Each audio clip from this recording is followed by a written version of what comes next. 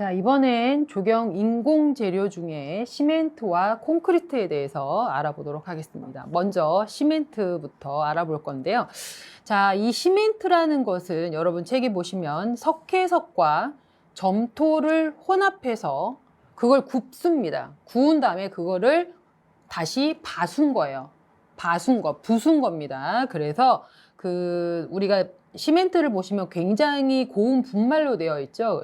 구운 걸 다시 부셨기 때문에 그렇습니다. 자, 이 시멘트의 비중은 3.0이 넘는데요. 좀 전에 했던 목질 석질 재료와 비교하면 지금까지 해서 가장 비중이 큰 걸로 되어 있습니다. 실제 여러분들 그런 철물점 같은 데 보면 시멘트 한 포가 그렇게 크지 않아요. 그런데 그 한 포가 40kg입니다. 그러면 부피에 비해서 무게가 많이 나간다. 즉, 비중이 크다라는 뜻입니다. 이거는 이제 우리 시멘트를 알기 전에 이제 종류를 제가 설명드릴 건데, 종류를 설명하기 전에 시멘트의 특성에 대해서 좀 알 필요가 있습니다. 자, 시멘트는 수화작용이라는 것을 합니다. 무슨 말인고 하니, 우리가 시멘트를 물과 비벼 놓으면 얘가 굳죠. 굳기 전에 무슨 일이 일어나냐면 물과 시멘트가 만나서 화학적으로 막 반응이 일어나요. 그게 이제 수화작용을 거쳐서 응결이 되는 거거든요. 이때 약간의 열이 발생합니다. 이걸 우리는 수화열이라고 얘기해요. 자, 응결이 되고 나면 우리는 그냥 두지 않고요. 뭔가를 덮어놓거나 혹은 물을 뿌려주거나 해가지고 한 5일에서 7일 정도 거기 콘크리트나 시멘트 작업하는데 사람들이 근접하지 못하게 해요. 그걸 우리는 양생 또는 보양이라고 얘기합니다. 자, 양생 기간이 지나면, 자, 이게 5일에서 7일이라고 그랬어요. 얘는 응결되는 데는 10시간 걸립니다. 양생이 되고 나면 거기서 끝나는 게 아니고, 우리가 이제 내가 원하는 강도가 나타나는 시기가 있습니다. 이때가 28일 걸려요. 자, 근데 강도를 나타내고 얘가 굳어서 끝나는 것이 아니고요. 얘는, 자연 공기 속에서 풍화되거나 혹은 수축이나 팽창, 그리고 금방 말씀드렸던 풍화작용을 일으킵니다. 그냥 끝나는 게 아니에요. 자, 그러면 우리 이제 그걸 다시 설명드리면, 일단 시멘트는 물과 만나서 화학작용을 일으키는데 그때 약간의 열이 발생한다. 그걸 일단 수화작용이라고 하고, 그때 발생되는 것을 수화열이라고 한다. 얘는 응결되는 데까지 약 3시간에서 4시간부터 10시간 이내에 응결이 이루어집니다. 그래서 실제적으로 여러분들이 시멘트 이렇게 발라놓으면 하루 정도 지나면 그게 단단하게 굳어 있다는 걸 아실 수 있어요. 자, 그 다음에 우리가 5일에서 7일 동안 보양을 하는데, 금방 제가 조금 전에 물을 뿌리거나 뭐를 덮어놓는다 그랬죠. 그걸 우리는 습윤 양생이라고 합니다. 근데 물을 뿌린다 그랬단 말이에요. 왜 물을 뿌리냐? 금방 제가 열이 발생한다고 했죠. 열이 발생하면은 어떻게 됩니까? 물이 증기로 올라가 버린다고요. 그러니까 내가 원하는 굵기가 아니라 내가 생각했던 사용되어지는 물이 날아가 버린다는 거예요. 그래서 그걸 보충해 주기 위해서 물을 뿌려서 양생을 합니다. 여름에는 5일, 겨울에는 7일의 양생 기간이 필요해요. 보양하는 기간이 필요합니다. 자, 근데 그 시간이 더 지나서 28일이 경과하면 내가 원하는 강도를 나타냅니다. 보통 250kg 정도의 강도를 나타내는데, 그러는데 28일이 걸려요. 생각보다 오래 걸리죠. 근데 여기서 끝나면 되는데, 얘는 시간이 지나면 자연적으로 공기가 바람에 의해서 공기 중에 접촉이 되면 풍화를 일으키고 수축과 팽창을 합니다. 요런 특징들을 먼저 이해하고 이제 종류에 대해서 설명을 하도록 할게요. 자, 반드시 여러분이 머릿속에 이게 들어와 있어야 됩니다. 시멘트와 콘크리트가 시멘트로 만든 거잖아요. 그러니까 얘네들은 이런 작용들을, 이런 단계들을 거쳐서 단단하게 되는 거구나라는 기본 이론적인 거를 이미 여러분은 숙지하고 계셔야 됩니다. 자, 이렇게 이제 특징적인 것들이 있고요. 자, 이제 그 시멘트는 종류가 크게 이렇게 세 가지로 나눕니다. 우리가 이제 그냥 시멘트 하지 우리가 포틀랜드 시멘트라는 말을 잘 쓰지 않습니다. 그러나 이거를 왜 우리가 포틀랜드 시멘트라고 하냐면 영국 지방의 포틀랜드라는 지역의 흙이 회색빛이래요. 우리 시멘트가 회색이잖아요. 그래서 그거하고 비슷하게 생겼네 해서 포틀랜드 시멘트라는 명칭이 붙었습니다. 포틀랜드 시멘트에는 보통 포틀랜드, 중용열, 그 다음에 조강,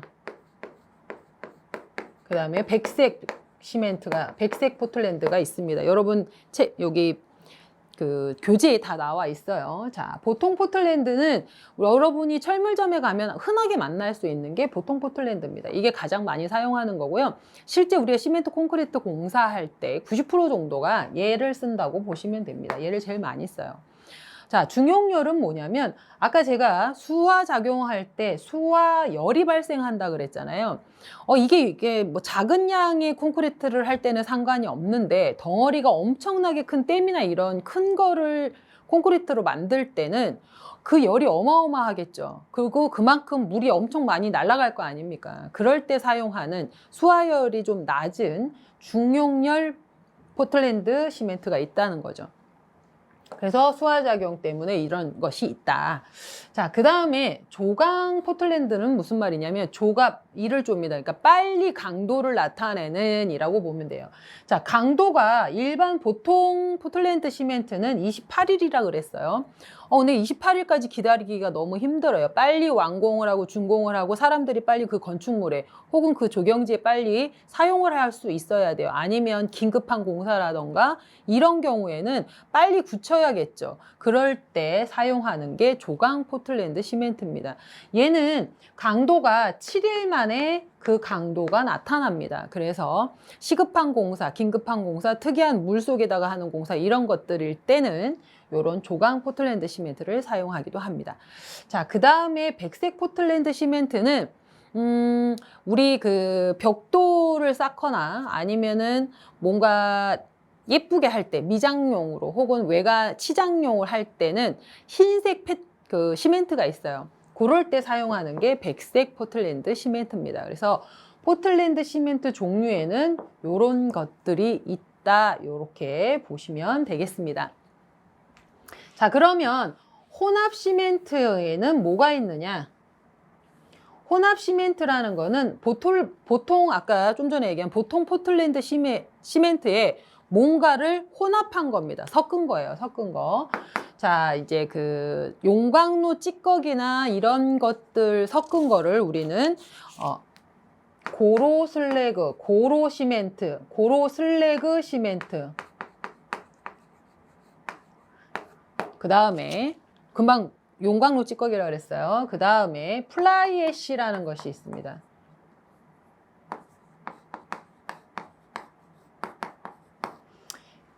애쉬라는 게 먼지 뭐 이런 걸 얘기하는 건데 날아다니는 먼지, 그러니까 재입니다. 재 같은 것을 섞은 것이 그거를 이제 아주 미세한 분말처럼 돼 있는 건데 그걸 섞은 게 플라이 애쉬 시멘트고요. 그 다음에 실리카나 포졸란 같은 실리카겔이나 포졸란 같은 걸 섞은 포졸란 시멘트가 있습니다. 자, 이 혼합 시멘트는 금방 말씀드렸어요. 시멘트, 보통 포틀랜드 시멘트에 뭔가를 섞은 겁니다.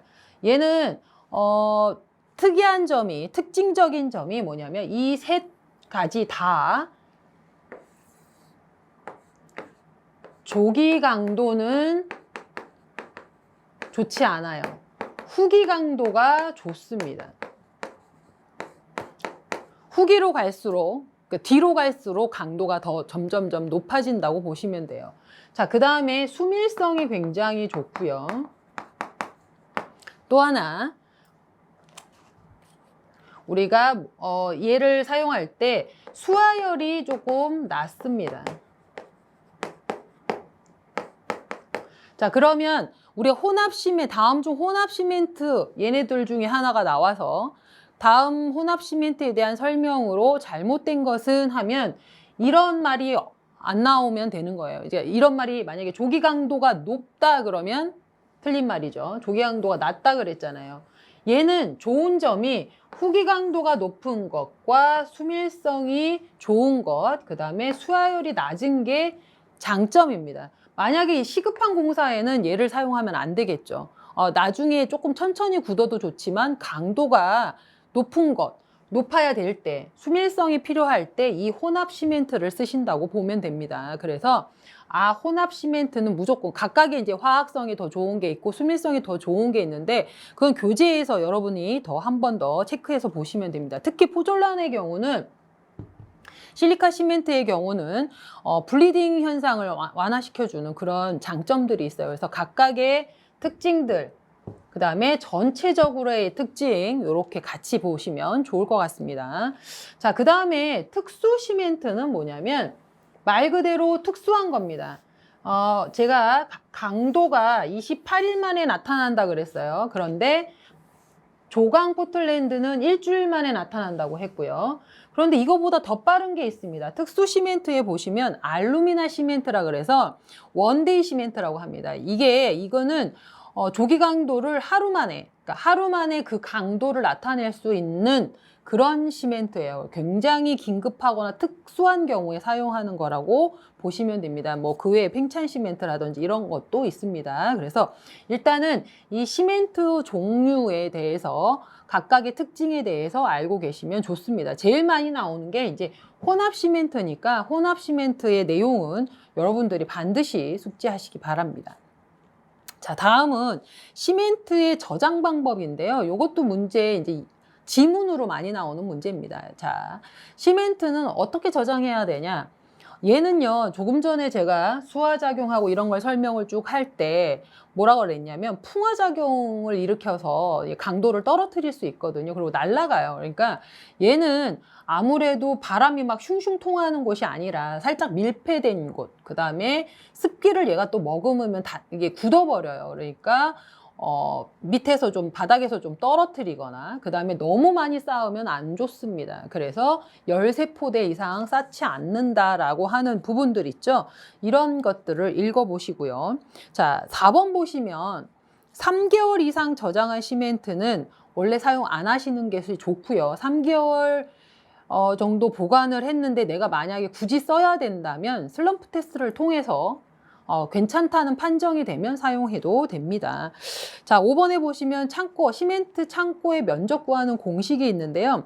요거는 한번 보시면 됩니다. 자, 0.4를 곱해주는 거예요. 13포대를 쌓을 수 있다 그랬잖아요. 그러니까 0.4를 곱해주고 밑에다가 우리 그 13포대까지 쌓을 수 있다 그랬죠. 13포대에 내가 쌓아야 될 포대수 있죠. 만약에 300포대다. 그러면 얘를 13수로 나누고 그 다음에 0.4를 곱해주면 시멘트 보관 창고의 면적을 구할 수 있는 공식입니다. 뭐 그렇게 어려운 거 아니죠. 그래서 알고 계시면 좋습니다. 자, 다음은 시멘트의 성질인데요. 조금 전에 제가 시멘트의 특성에 대해서 설명하면서 간단하게 설명을 드렸습니다. 일단 첫 번째는 단위와 무게를 보시면 일단은 단위는 포대입니다. 한 포대당 무게는 40kg이라고 제가 초입부에 말씀을 드렸고요. 분말도는 아까 그 석회석이랑 뭐 그런 점토를 구운 다음에 다시 부순 거기 때문에 분말도가 굉장히 좋습니다. 이 분말도에 따라서 분말도가 높으면 조기 강도가 크고 뭐 이런 내용들이 있어요. 이것도 한번 읽어보시기 바랍니다. 이게 그 분말도가 그 영향을 미치는구나라는 걸 아시면 되겠어요. 자, 그 다음에 응결이라는 거는 제가 시멘트를 물에 반죽해서 한 3, 4시간부터 10시간 이내에 끝나는 게 응결이라고 그랬죠. 단단하게 굳는 겁니다. 굳어지는 걸 우리는 응결이라고 하고요. 강도는 단단하기를 생각하시면 되는데 근데 이 풍화가 바람에 의해서 화학작용을 일으키는 이 풍화가 강도를 떨어뜨리는 요인이 되기도 합니다. 그래서 시멘트 보관 어떻게 한다고요? 바람이 많이 통하지 않는 개구구가 조금 작은 것이 유리하다 이렇게 되어 있습니다. 풍화에 대한 설명도 같이 돼 있어요. 그래서 여러분들이 이 시멘트의 성질, 제가 변하는 과정, 그 다음에 시멘트의 성질에 대해서 자세히 읽어보시면 훨씬 이해하시기가 좋을 것 같습니다. 자, 이번에는 시멘트에 이어서 콘크리트에 대해서 설명드리도록 하겠습니다. 자, 콘크리트라는 거는 시멘트와 모래와 자갈을 섞은 것을 우리는 콘크리트라고 합니다. 자, 시멘트와 모래만 섞은 것은 우리가 몰타르라고 얘기하죠. 콘크리트 공사에서 한 번 더 언급을 하겠지만 일단 콘크리트가 뭔지는 아셔야죠. 뭐 콘크리트 뭐 모르는 사람이 어딨어 하시겠지만 모를 수도 있어요. 네. 시멘트는 금방 배웠어요. 모래는 아주 작은 알갱이로 된 거를 우리는 모래라고 그러고요. 자갈은 한 25mm 이상 되는 암석을 우리는 자갈이라고 얘기합니다. 이렇게 섞은 것을 우리는 콘크리트라고 한다. 이게 전제 알고 계셔야 됩니다. 그래야지 이제 설명이 들으니까. 자, 콘크리트의 종류에는 이런 것들이 있습니다. 한중 콘크리트, 서중 콘크리트, 경량 콘크리트, 유동화 콘크리트, 메스 콘크리트, 수밀 콘크리트 또는 식생 콘크리트 이런 명칭을 가진 콘크리트가 있어요. 자, 그러면 한중부터 알아보겠습니다. 한중은 겨울철 시공하는 콘크리트를 한중 콘크리트라고 합니다. 그래서 4도씨, 일평균 기온이 4도씨 이하가 되면 이때 사용하는 거를 우리는 한중 콘크리트라고 됩니다. 그래서 여기 여러분 그 동그라미 1번에 보시면 일평균 기온이 4도 이하로 예상되는 시기를 한중 콘크리트 적용 시기라고 한다. 이렇게 되어 있어요. 그러니까 겨울철에 하는 공사할 때를 우리는 한중 콘크리트라고 하는 거죠. 얘는 그 동해 방지를 위해서 우리 아까 그 양생한다 그랬죠.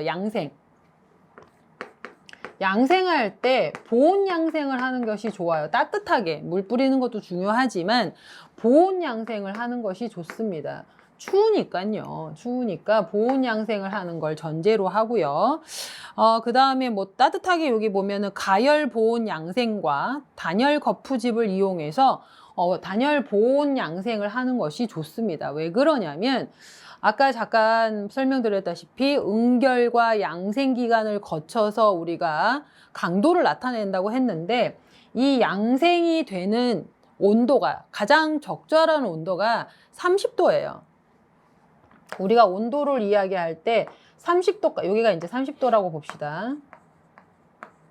처음에는 양생이 잘 안 돼요. 30도가 될 때까지 기하학적으로 쫙 올라갑니다. 양생이 되는 속도라고 보시면 돼요. 양생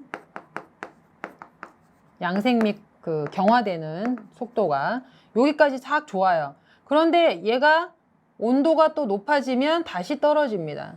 그러니까 이 30도를 기점으로 요쯤이 가장 좋다는 거죠. 그러니까 따뜻할 때, 더울 때 양생이 잘 된다는 얘기입니다. 그러니까 4도씨 이하가 되면 아무래도 양생하는 시간이 좀 걸리겠죠. 제가 5일에서 7일 걸리다고 했을 때 한중 콘크리트는 7일 정도 걸리겠죠. 또 하나 아까 수하열이 발생한다고 했는데 내부 온도와 외부 온도의 격차가 너무 심하잖아요. 그러면 우리가 강도 저하가 나타나거나 뭐 그 크랙이 발생하는 경우가 그러니까 하자가 발생될 가능성이 높습니다. 그래서 따뜻하게 양생을 해주는 게 좋아요. 간혹 여러분들 겨울철 공사할 때 건물에 보면은 큰 드럼통에다 불 지펴 놓는 경우 있죠. 그게 본인들 추워서 하는 것도 있지만 내외부 그러니까 콘크리트 덩어리 안하고 사람이 서 있는 이곳하고 온도 차이가 너무 극심하기 때문에 그 온도 차이를 극복하기 위해서 보온 양생을 하는 거라고 생각하시면 됩니다. 아, 추울 때 하는 게 불리하겠구나 이렇게 생각하시면 돼요. 자, 그런데 반대로 서중은 여름철이에요. 제가 조금 전에 30도가 넘으면 오히려 좋지 않다 그랬죠. 얘는 일평균 기온이 25도 이상일 때 서중 콘크리트라고 얘기합니다. 여러분 책에 보시면 평균 25도, 최고 30도 넘을 때 타설하는 콘크리트를 말하고요. 여름철에 타설할 때를 얘기합니다. 이게 너무 더우면 오히려 슬럼프 저하, 그러니까 반죽 질기의 문제가 생긴다는 얘기예요. 그 다음에 워커빌리티의 변화. 워커빌리티는 이제 뒤에 콘크리트에 설명하겠지만 시공 난이도를 이야기하는데 조금 힘들어진다고 보시면 됩니다. 그 다음에 동일 슬럼프를 얻기 위해 단위 수량이 많아진다. 무슨 말이냐면 제가 수하열이 발생해서 물이 날아가는 걸 방지하기 위해서 물을 뿌려준다고 했잖아요. 수분 양생을 한다고 그랬잖아요. 그런데 얘는 수하열뿐만 아니라 날이 더워지면 이미 기온 자체가 높아서 기온에 의해서 증발되는 물도 있다는 얘기예요. 그러면 내가 원래 1리터를 물을 넣으려고 했는데 그 증발되는 물 때문에 단위 수량, 물을 좀 더 넣어줘야 되는 상황이 온다는 거죠. 여러분이 물 좀 더 넣어주면 어때? 이렇게 생각하시지만 큰 공사를 할 때는 이게 그걸 조절하기가 쉽지 않다는 거죠. 그러니까 좋지 않은 일이 발생합니다. 그게 바로 이때 발생하는 하자가 콜드 조인트예요. 3번 보시면 콜드 조인트가 발생하기 쉽다 이렇게 나와 있죠. 자, 여름에 콘크리트 작업을 하면 겨울이 됐을 때 수축이 되면서 그때 오히려 더 큰 조인트는 줄눈입니다. 이제 크랙이 발생한다는 얘기예요. 그렇기 때문에 콜드 조인트라는 하자가 발생할 가능성이 높다는 거죠. 자, 조인트 이거에 대해서는 시공줄눈에 대해서는 콘크리트 공사에서 다시 설명하도록 하겠습니다. 지금 이제 콘크리트 종류만 일단 먼저 설명을 드릴게요. 경량이라는 것은 우리 그 조경 재료나 그 토양 뭐 이런 거 얘기할 때 옥상 조경할 때 제가 잠깐 언급했던 건데 경량이라는 거는 가볍다라는 뜻이죠. 경량 콘크리트가 어떻게 가벼울 수가 있나? 자, 가볍게 하려 그러면 그 골재 안에 공극이 있으면 되겠죠. 경량 콘크리트는 여러분 보시다시피 경량 골재를 사용하는 겁니다. 그래서 아무래도 강도가 저하될 수 있다. 뭐 당연히 가벼우니까 좋기는 하고 그 구조물의 무게를 조금 낮추기는 하지만 그렇게 좋은 방법은 아닐 수도 있다. 왜냐면 근데 옥상이나 이런 데 사용할 때는 뭐 사용할 수도 있겠지만 강도가 좀 떨어질 수 있다라는 걸 감안하셔야 됩니다. 자, 그 다음에 유동화 콘크리트라는 건 뭐냐면 유동화재. 우리가 그 시멘트가 물을 만나서 화학작용을 일으켜서 얘가 분자와 화학식 얘네들이 막 왔다 갔다 하면서 얘를 응결시키는 거거든요. 그런데 얘를 내가 원하는 양보다 물을 조금만 넣어도 얘가 막 움직이게 하는 화학적인 그런 제재를 넣어서 물이 하는 역할을 조금 대신해 주는 거죠. 그러니까 쉽게 얘기하면 감수제 역할도 하는 거예요. 그 유동화제를 넣어서 얘네들이 막 활발하게 움직일 수 있도록 해서 응결시키는 그런 게 유동화 콘크리트입니다. 그 다음에 매스 콘크리트라는 거는 뭐냐면 큰 덩어리라고 보시면 돼요. 아까 제가 중용열 시멘트 설명을 할 때 큰 덩어리의 경우는 수하열이 많이 발생한다 그랬죠. 그 큰 덩어리로 만든 걸 우리는 매스 콘크리트라고 말합니다. 그래서 여러분은 여기에다가 매스 콘크리트에다가 중용열 시멘트를 사용하면 좋다 이렇게 적어 놓으시면 이해가 되시겠죠. 네, 그 다음에 그 내용들은 더 설명이 더 나와 있는데 한번 읽어보시기 바랍니다. 자, 다음은 수밀 콘크리트인데요. 수밀 콘크리트는 방수성이 좋은 걸 생각하시면 됩니다. 제가 그런데 시멘트 얘기할 때 혼합 시멘트 얘기할 때 수밀성이 좋고 뭐 이런 얘기했죠. 그러니까 방수성이 높다 이런 게 수밀 콘크리트입니다. 자, 그 다음에 식생 콘크리트는요. 우리 그 바다나 이런 곳에 보면은 미역이나 전복을 재배하기 위해서 물속에 테라포타 같은 거를 넣어가지고 거기서 식물이 자랄 수 있도록 지지에서 자랄 수 있도록 만드는 거를 우리는 여기 보면 부착생물, 암초성 생물 이런 것들이 부착해서 서식할 수 있도록 하는 건데 그거를 우리는 식생 콘크리트라고 합니다. 그런데 단점이 이제 콘크리트라는 거는 시멘트로 만든 거잖아요. 그러니까 알카리성이 굉장히 높아요. 그래서 얘를 좀 중성화한 다음에 사용하는 것이 좋다 이렇게 되어 있습니다. 자, 이번엔 그 시멘트 콘크리트에서 사용되어지는 혼화 재료에 대해서 설명을 드리도록 하겠습니다. 혼화 재료라는 거는 뭔가 시멘트에다 뭔가를 섞은 거예요. 이 혼화 재료는 크게 두 가지로 나눕니다. 혼화제 I로 된 것과 혼화제 I로 된 것이 있는데요. 혼화제 I로 되어 있는 것은 우리 앞서 설명드렸던 혼합 재료 있죠? 혼합 재료 그겁니다. 고로슬레고, 그 다음에 플라이애쉬, 그 다음에 실리카. 여기 보시면 뭐 포졸란이라고 되어 있는 그거랑 포졸란이랑 같이 보면 됩니다. 이런 거고, 혼화제, 어이로 되는 거는 잠깐만요. 혼합 재료. 자, 혼화제는 종류가 많습니다. A제, 뭐 지연제, 뭐 촉진제 등등등등등이 있어요. 여기 보시면은 감수제 뭐 이런 것들까지 여러 가지가 있습니다. 자, 일단 혼화제와 혼화제 어이의 차이는 뭐냐면 혼합 재료라고 그랬잖아요. 얘는 시멘트 양의 5% 이상을 사용하는 겁니다. 그래서 부피가 늘어나요. 그리고 용적에 무게에 포함이 됩니다. 5% 이상이 들어가니까요. 많이 들어가는 거 한 주먹 들어간다 생각하시면 됩니다. 자, 그런데 혼화제, 이 부분은요. 1% 미만이 들어가요. 아주 극소량이 들어가기 때문에 얘는 용적에 포함이 되지 않습니다. 쉽게 말하면 제가 학생들한테 가장 설명 많이 하는 게 뭐냐면 된장찌개 얘기를 설명을 많이 하는데 혼화제는 예를 들면 두부나 호박 같은 거예요. 두부나 호박을 넣으면 된장찌개가 늘어나죠. 자, 그렇다면 얘는 뭐냐? 얘는 다시다 같은 거예요. 맛을 내기는 하나 그 양이 늘어나지는 않잖아요. 하지만 굉장히 큰 효과가 있죠. 얘는 그거에 따라서 그 맛이 달라지잖아요. 호박을 넣었냐, 두부를 넣었냐에 따라서 달라지잖아요. 그렇기 때문에 그 특성이 다르다라고 보면 됩니다. 자, 이 고로슬래그 플라이애쉬 실리카겔이 들어갔을 때 이 혼화제의 특성은 뒤에 콘크리트 공사 때 제가 다시 설명드릴 거고 앞서 설명드렸던 혼합 시멘트에서도 설명이 되어 있습니다. 그래서 고로슬래그 플라이애쉬 근데 자 얘네들의 가장 세 가지 모두의 특징이 뭐라고 했죠? 후기 강도가 좋고 수밀성이 좋으며 수하열을 낮춘다 그렇게 말씀을 드렸을 겁니다. 공통적인 특징은 반드시 알고 계셔야 됩니다. 자, 그렇다면 얘네들은 혼화제는 소량으로 들어가지만 어떤 역할을 하느냐는 표에 나와 있습니다.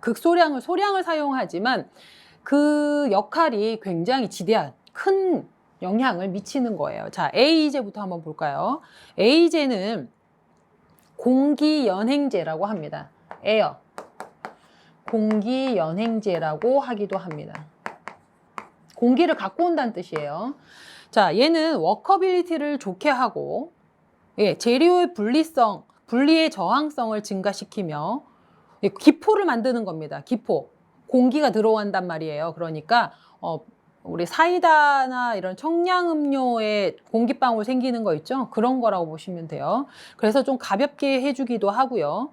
하지만 단점이 있습니다. 부착 강도를 좀 감소시키는 영향이 있어요. 블리딩도 좋고 뭐 다 좋기는 하나 강도를 조금 감소시키고 혹은 공기가 들어가기 때문에 철근을 잘못하면 부식시키는 단점을 갖고 있습니다. 자, 그 다음에 감수제라는 거는 아까 유동화제 얘기를 잠깐 설명을 드렸는데요. 아무래도 그 단위 수량을 줄일 수 있는 것이 이 감수제, 분산제, 유동화제 같은 것들이라고 보시면 되고요. 그다음에 지연이나 촉진제는 뭐냐면 응결되는 것을 내가 조절해 주는 거예요. 지연제라는 건 뭐냐면 우리가 한여름에 아까 서준 콘크리트 배우실 때 잠깐 25도 이상이 됐을 때 우리 서준 콘크리트를 라고 얘기했잖아요. 서중 콘크리트에 사용하는 게 지연제입니다. 너무 더워서 너무 빨리 굳어버리면 문제가 생길 수 있어요. 수분이 너무 빨리 증발해서 강도가 떨어질 수도 있습니다. 그럴 때 지연제를 하거나, 레미콘차가 이게 그 돌아가는 게 우리가 10시간이 지나면 응결된다 그랬잖아요, 시멘트는. 그런데 만약에 아주 멀리 가야 되는 곳이다, 울릉도에서 독도를 가는데 갑자기 풍랑을 받아서 갔다가 다시 와야 된다, 예를 들면, 극적인 얘기지만 그럴 경우에는 지연제를 쓰는 거죠. 반대로 겨울철 너무 추워가지고 이게 안 굳어요. 빨리빨리 안 굳어요. 빨리 굳었으면 좋겠는데, 그럴 때 한중 콘크리트에 이렇게 촉진제를 사용하기도 합니다. 자, 거기에 사용되는 재료를 한번 또 볼까요? 여기 보시면 급결제에는 염화 칼슘, 그러니까 촉진제입니다. 촉진제, 경화 촉진제, 염화 칼슘을 사용한다, 이렇게 돼 있어요. 근데 염화 칼슘은 요즘 녹슬기 때문에 염화 칼슘보다 염화 마그네슘이나 규산 나트륨 같은 거를 쓰는데, 어쨌든 이거는 응결 촉진제라고 보시면 됩니다. 이거는 아주 20, 30년 전 얘기고, 어쨌든 촉진제로 옛날에 사용했습니다. 지연제는 여기 보시면 구연산, 글리코산, 당류, 혹은 우리가 저기 석고 있죠, 석고. 석고를 지연제로 사용하기도 했습니다. 자, 얘는 지연제는 다시 제가 말씀드리지만, 지연제는 서중 콘크리트에, 촉진제는 한중 콘크리트에 사용한다 하면은 같이 연결이 될까요? 이렇게 해서 여러분들이 혼화재료에 혼합재료 고로슬래그, 플라이애쉬, 실리카겔과 혼화제인 A제, 감수제, 지연제, 촉진제 등에 대해서 알아봤는데요.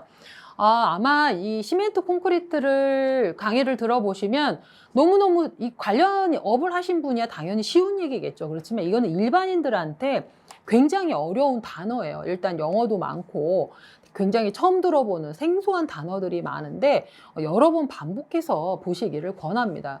보통 일반적으로 저는 적어도 두세 번은 들어보시라고 하는데, 교재에 있는 걸 자세히 읽어보시고 제 강의를 들어보시고 한 번 다시 듣고 세 번째 들으면 그 말이 그 말이구나를 아마 이해하실 것 같아요. 그래서 한 번 단발성으로 끝내지 말고, 특히 이 시멘트 콘크리트는 여러 번 반복해서 공부하시기를 권합니다.